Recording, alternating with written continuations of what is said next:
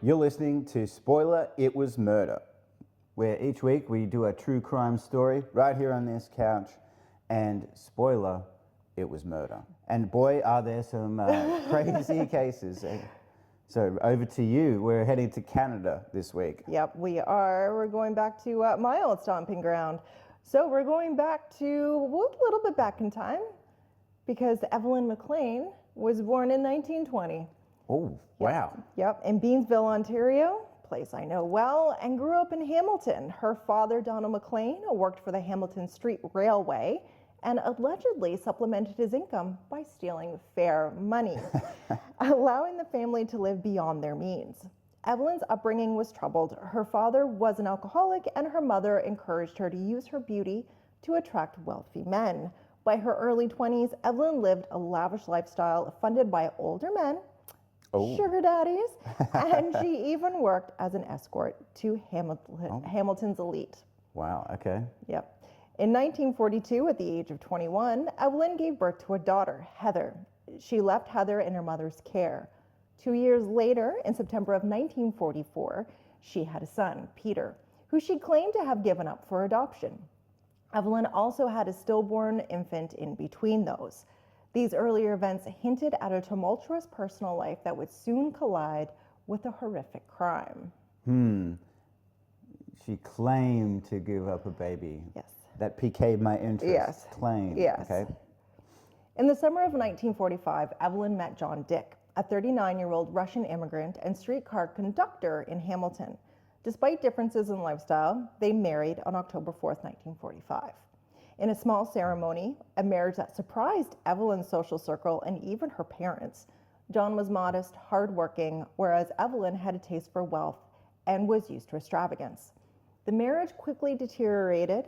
Evelyn discovered John was not as wealthy as she assumed, which is shocking because... He was just an everyday guy. Yes, and if you're not stealing fare money... Right, then you're not. Then you're not. You're not to do. Yeah. Yes. And she continued affairs with other men, including a boyfriend named Bill.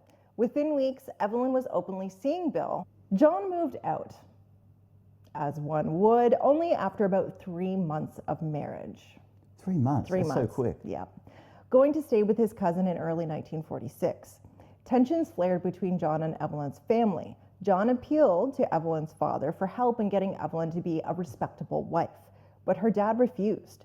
When John threatened to expose Donald's theft from the railway to their employer, because they both worked for the same employer, yeah. Donald is her father, angrily threatened to kill John.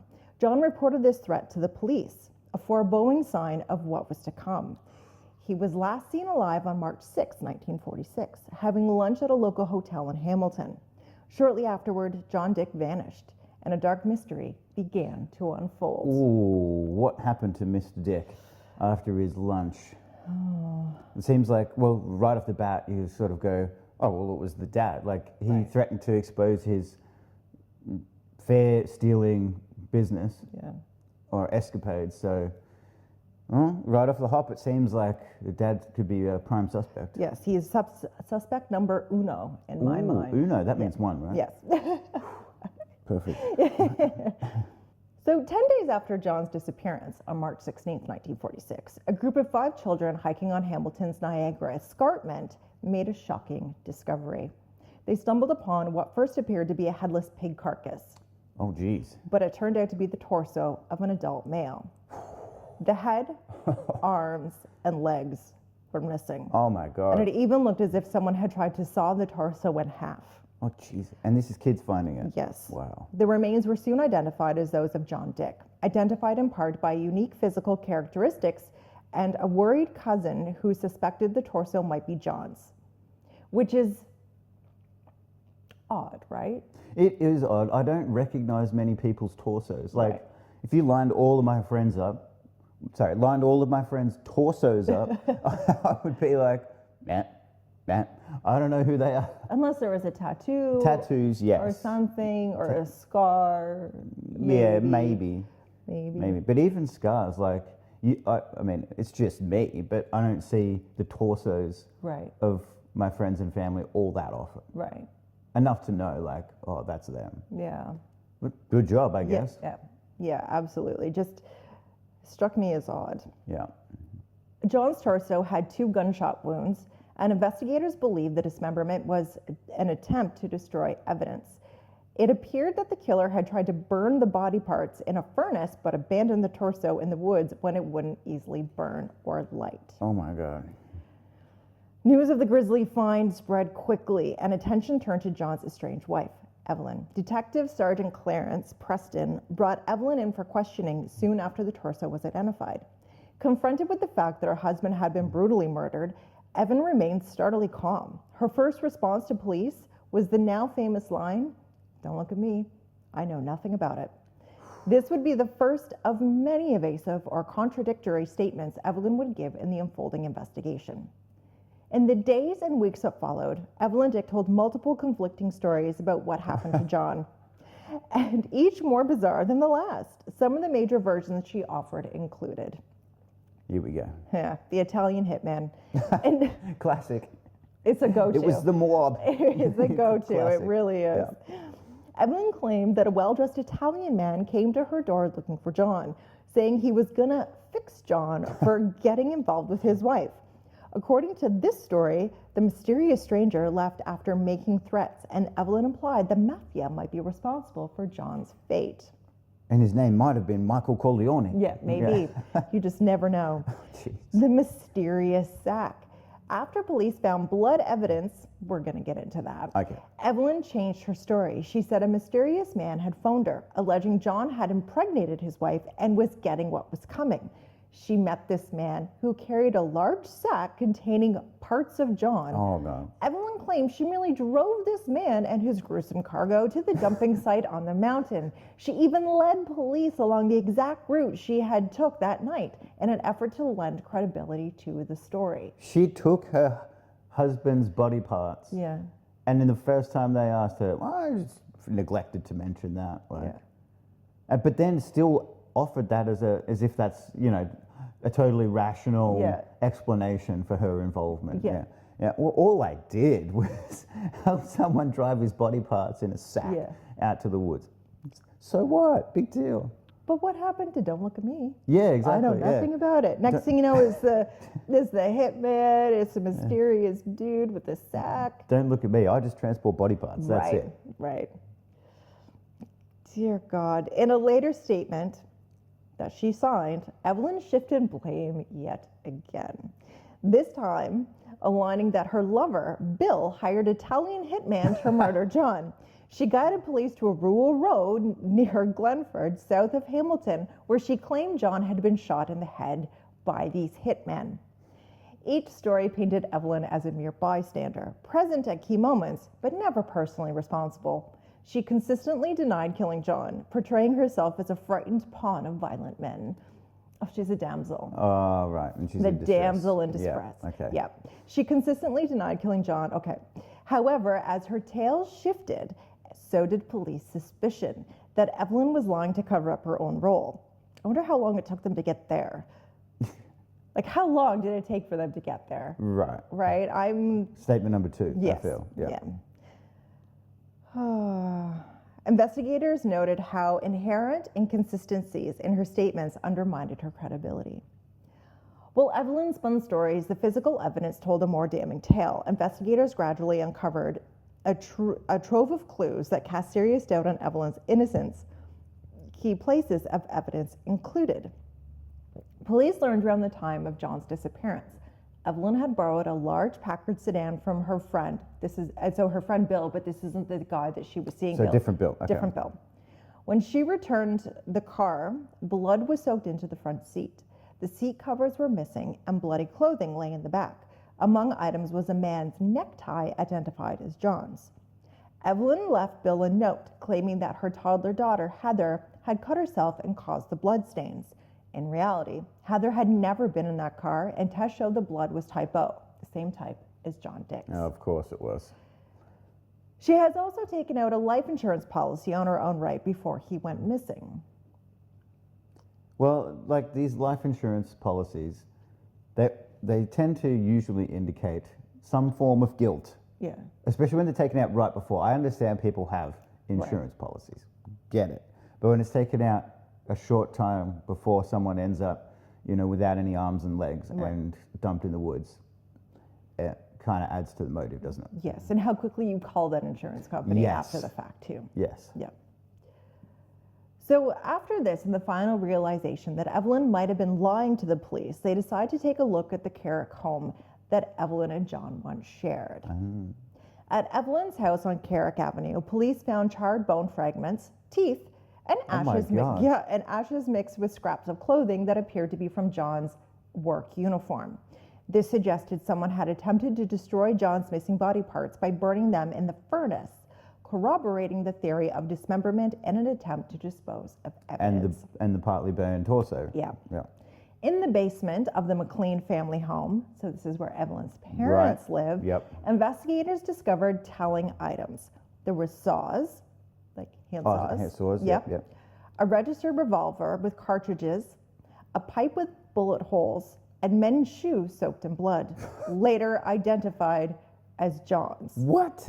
These tools and remnants implied a violent murder and dismemberment took place involving Evelyn's family property. The presence of John's personal items and blood in her father's basement strongly pointed to involvement by someone close to Evelyn. Well, it was the dad, right? Like we said in the beginning, he was going to be exposed for his stealing business. Now there's blood and shoes and saws and weapons and stuff in his basement. He did it. I don't know if he did it, but to me, allegedly he did obvious. it. Also within the house, they found hundreds of stolen of Hamilton Street Railway tickets of a $1,700 value. Today would be around 30 grand. A hunting bag holding $4,440 in cash was mostly in $10 bills. That would be over 80 grand today. Wow. Yeah. An autopsy of John's recovered torso revealed 2 bullet wounds, indicating he had been shot. Pathologist Dr. William Deadman, what a name. Yep, William Deadman is a pathologist. Yes. Concluded John likely died from a gunshot to the head and theorized that the killer's original plan was to incinerate the body completely. The attempt failed when the torso would not fit in the furnace or was too difficult to further dismember, explaining why the torso was dumped on the escarpment. All of this evidence, the bloodied car, the burnt remains, the weapons, was painting a damning narrative. Evelyn's note about Heather and her ever-changing stories only made her look more guilty, as if she were desperately concocting excuses for the mounting proof of foul play. But the biggest shock to investigators was yet to come. This isn't even it. What? Like, this isn't even the biggest shock. We've got a torso that's found. We've got blood. We've got money theft. We've got evidence in their parents' basement. We've got all the different stories, and there's more. Yeah. Oh my God. Yeah. All right. Hold on to your hat. Got it. Okay. During a thorough search of Evelyn's home on Carrick Avenue, police made a grisly discovery that no one expected. In the attic, they found a large travel trunk. Inside that trunk was a small beige suitcase filled with cement. Encased in that concrete was a mummified remains of an infant boy. Forensic examination identified the baby as Evelyn's missing son, Peter. Oh, the child had been claimed. She'd given up for adoption in 1944. That's why the word claimed was interesting Yes. before. Yep. This revolution sent shockwaves through the case. Not only was Evelyn under suspicion for her husband's murder, but now she was implicated in the death of her own infant child. She had never mentioned the baby to police until confronted with the evidence. Evelyn subsequently tried to blame the infant's death on Bill, her boyfriend, as well, alleging that Bill had killed baby Peter, but few found this theory credible. The discovery of the cement-encased baby brought a whole new set of charges that ensured that Evelyn Dick would face justice for 2 horrific crimes. Wow. By the spring of 1946, police had gathered enough evidence to lay charges. Evelyn Dick was arrested and charged with the murder of John Dick, as was her father, Donald, and her boyfriend, Bill. They were implicated as possible accomplices. Okay. In addition, Evelyn and Bill were charged with infanticide. I can't say that word anyway. Infanticide. Yeah, thank you, for baby Peter's death. Well, Donald McLean faced theft charges for the embezzlement of his fair Oh, God. For skimming some Yeah, off the top. skimming off Yep. the top, uncovered during the investigation. The stage was set for a series of dramatic trials that would become front page news across Canada. I bet, and this is the 40s, right? Yeah, Would have been big news. it would have been massive. Evelyn's trial for murder of John Dick began on October 7th, 1946, at the Wentworth County Courthouse in Hamilton. The proceedings were sensational, drawing packed courtrooms and intense media coverage. Evelyn Dick, then only 25 years old, earning nicknames like the Torso Murderess. In headlines, Alexandra McLean, Evelyn's own mother, turned against her daughter and testified for the Crown in exchange for immunity. Alexandra told the court that on March 8th, 2 days after John was last seen, she had asked Evelyn about John's whereabouts, and Evelyn oddly replied that he wouldn't be coming around anymore. That's a very odd thing to say. How would you know? Yeah. Why is he not coming around anymore? Yeah. It's a very odd thing to Yep. say. She also testified that Evelyn had been away from home for an extended period of time on March 6th, the day John vanished. Furthermore, Alexandra gave evidence that her husband Donald owned a handgun and a large butcher knife, potentially the murder weapons. The trial attracted large crowds due to the shocking nature of the crime, especially when it was revealed that Evelyn had a black book detailing her sexual encounters. It was revealed that she had been intimate with around 150 men. Wow. We listen, we don't judge. During the trial, she claimed that one of those men was the judge's son. So nefarious. We always get into these things where, like, it's horrific, right? The whole thing's horrific. But then you dig a little deeper and you look a little deeper, and then there's all these connections that come out. Yeah. There's a judge involved, or a cop involved, or something. Connections, Yep. connections. And it's like a little black book of, you Yeah. know, this is what I've got in everybody as well. Yeah. Yeah. So the jury found Evelyn Dick guilty of murder in the killing of John Dick. In October of 1946, she was sentenced to death by hanging. At that time, such a sentence for a woman, and a young mother at that, was virtually unprecedented in Canada, which added to the public shock and fascination. Evelyn reportedly remained composed even upon hearing the verdict. However, this is not the end of her story. Whoa, it's not the end. Nope. Evelyn's savvy defense team appealed the conviction, and in 1947, the case went to Ontario Court of Appeal. Famed lawyer J.J. Robinette took over her defense for the appeal. Robinette argued effectively that the trial had not proven Evelyn was actually the killer. He highlighted that much of the circumstantial evidence pointed to Evelyn's father, Donald, as the likely murderer of John. That's fair. Yep. Indeed, key pieces of evidence like the saws, gun, and bloody shoes, just random things, were found in Donald's residence, not Evelyn's. Robinette suggested that if Donald had killed John, Evelyn's odd behavior could be explained as helping cover up for her father, making her at most an accessory after the fact, not murderer. He also noted that Evelyn's statements implied she was merely a passive witness to John's killings by someone else, possibly Bill now. The appeal court found merit in these arguments, especially noting errors in the trial judge's instructions to the jury regarding Evelyn's many conflicting statements. In February 1947, Evelyn's conviction was overturned on appeal and a new trial was ordered. Oh, wow. Yep.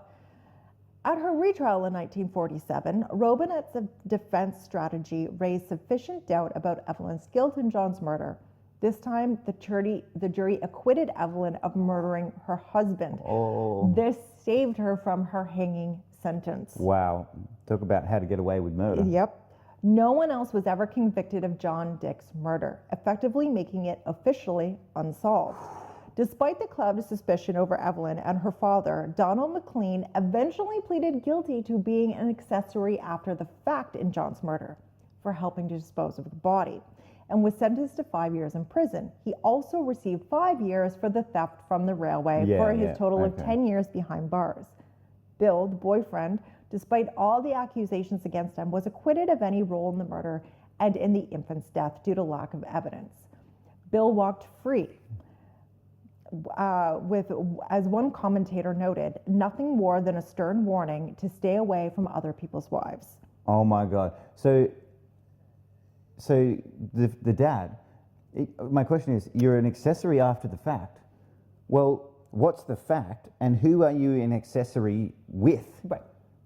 How do you become an accessory without knowing who the person is, like the main person is? Yeah. Because if I came to you and said, help me get rid of this body, you'd be like, okay, but you would know. Notice how I just threw her in right in there. But the thing is, you would know that it was me that came to you and made you an accessory. Yeah, you did it. Yeah, and with all this evidence, like bloody shoes, knives, guns, like, so 10 years, that's nothing. That's nothing. And 5 of that was just for the skimming off the top. Yeah, wow. The little take. So Dad's in jail for 10 years.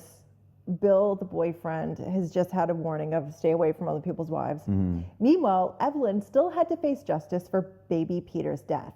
In 1947, she was tried on the charge of infanticide. Thank you. Technically treating it as manslaughter for the killing of her infant son. During this trial, Evelyn maintained that Bill had killed the baby, a claim the jury evidently did not believe. Robinette presented a psychiatrist who testified that Evelyn's mental and emotional development was stunted, suggesting that she had the maturity of a 13-year-old girl. Due to her traumatic upbringing, this may have been an attempt to explain Evelyn's bizarre effect and responses during the investigation and to elicit some mercy. Ultimately, Evelyn was found guilty of manslaughter in Peter's death, not the more severe murder charge. The judge sentenced her to life imprisonment for the killing of her son, saved from death, but not a life sentence. Evelyn Dick served her sentence at Kingston Prison for Women. In prison, she was reportedly a model inmate, at one point even playing an angel in the Christmas pageant. After 11 years behind bars, Evelyn was paroled on November 10, 1958. At the age of 38, upon release, she assumed a new identity and quietly vanished from public eye. In 1985, in an extraordinary move, the Canadian government granted a royal prerogative of mercy, essentially a pardon that sealed her criminal record. This meant Evelyn, who had been one of Canada's most notorious convicts, was officially forgiven and her files were closed as to erase the past. There has been speculation that Evelyn has friends in high places who helped secure this pardon, perhaps due to influential men she had known early. That little black book is coming in handy. No. Influential men she known. Yeah. Following her release, Evelyn completely disappeared from public view. Under her assumed identity, her whereabouts in life after 1958 remain a mystery. Some accounts suggest she remarried and moved to the west coast of Canada, but these claims are unconfirmed.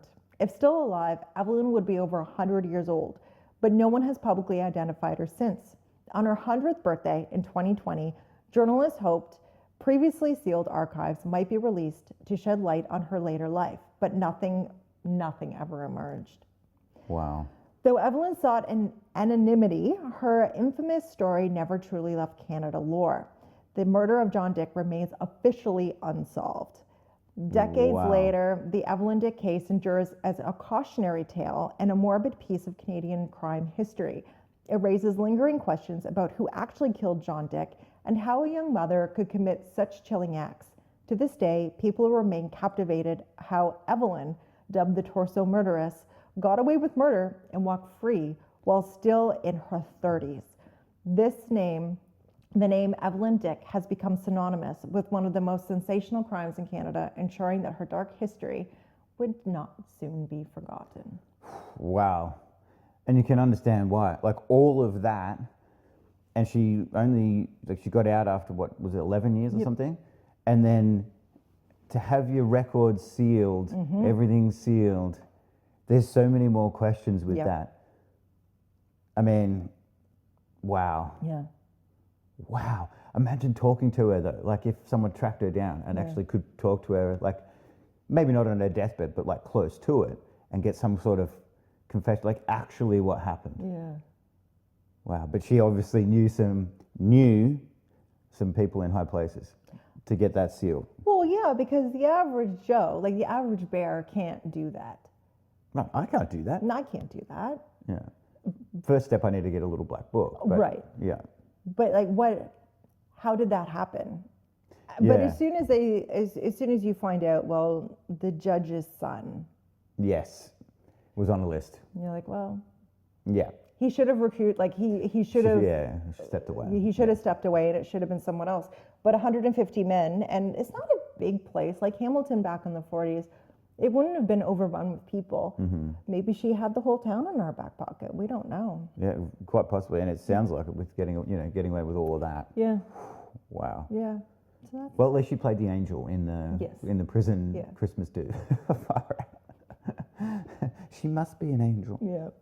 Wow, that was a good one. Thank you. Thank you. Yeah. I hope everybody enjoyed it. I did. Thank you. Wow, craziness.